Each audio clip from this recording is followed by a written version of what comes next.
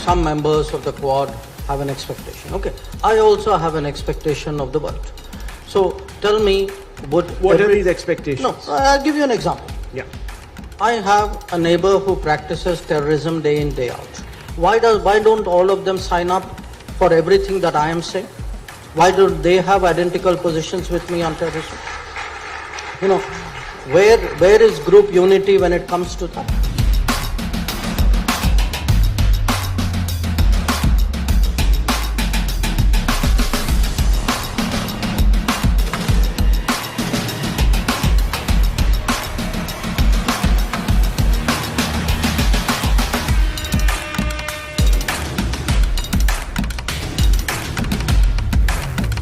You know, the Quad was never envisaged as 4 countries having identity or positions on all issues in the world. The Quad is an exercise of convergence where in the Indo-Pacific we have a lot of common interests and an ability to work together. Even in the Indo-Pacific we may not agree on everything, but we have substantial agreement. But there would be other areas. You picked Ukraine. I could as well pick Pakistan or Afghanistan and say, okay, why aren't you all endorsing India's position? But many of them are not. I mean, some of them don't even endorse my map. Forget about my position.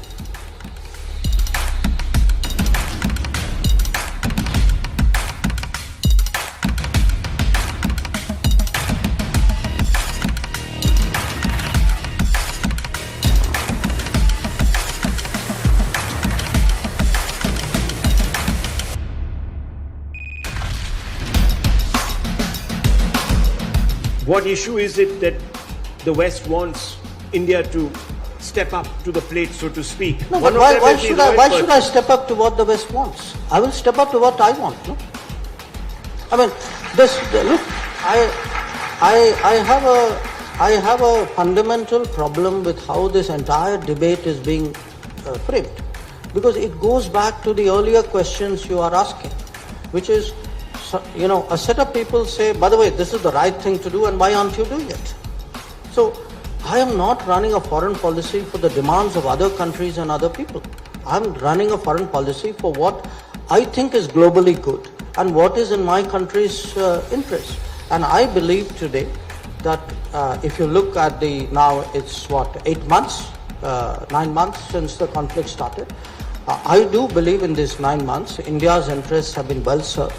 I believe today that we have today a credible position as a country which is an advocate of sobriety, which has credibility, which wants the conflict to end, which is capable of working with other countries. There are some other countries like us. We're not alone in this.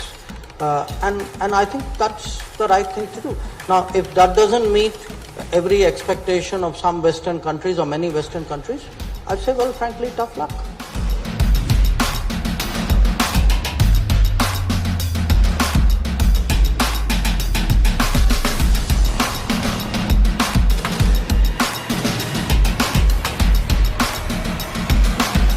Contours of how we relate between nations, and there's a conflict here, isn't this? I mean, if the Prime Minister says not a time for war, the West is expecting India to say, well then, step up to the plate, start voting perhaps against Russia and do things that are more optically, in the interests of pushing Russia into some sort of a détente. Now look, let me ask you a counter question. You think by voting for something I will end the war? So what is actually my goal? Is my goal to sort of score points, or is my goal to actually get an outcome? I would suggest to you that, in a very polarized situation, if you actually sort of go with the flow of the debate, when it comes to the real issues, you would not be relevant. You would not be relevant because you would be part of the polarization. That when countries look for the middle ground, had I done all the things that you were saying, I would have been of no use to anybody, including myself in Bali.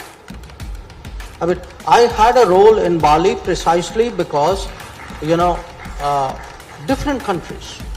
I mean, if the Russians had good things to say about us, and the Americans had good things to say, and the Europeans had good things to say, and so did a number of other countries. It is because at the end of the day, people know the way I am approaching this conflict is how do I find a way of ending it, not how do I vote in a particular issue on a particular day and then say it's not my problem.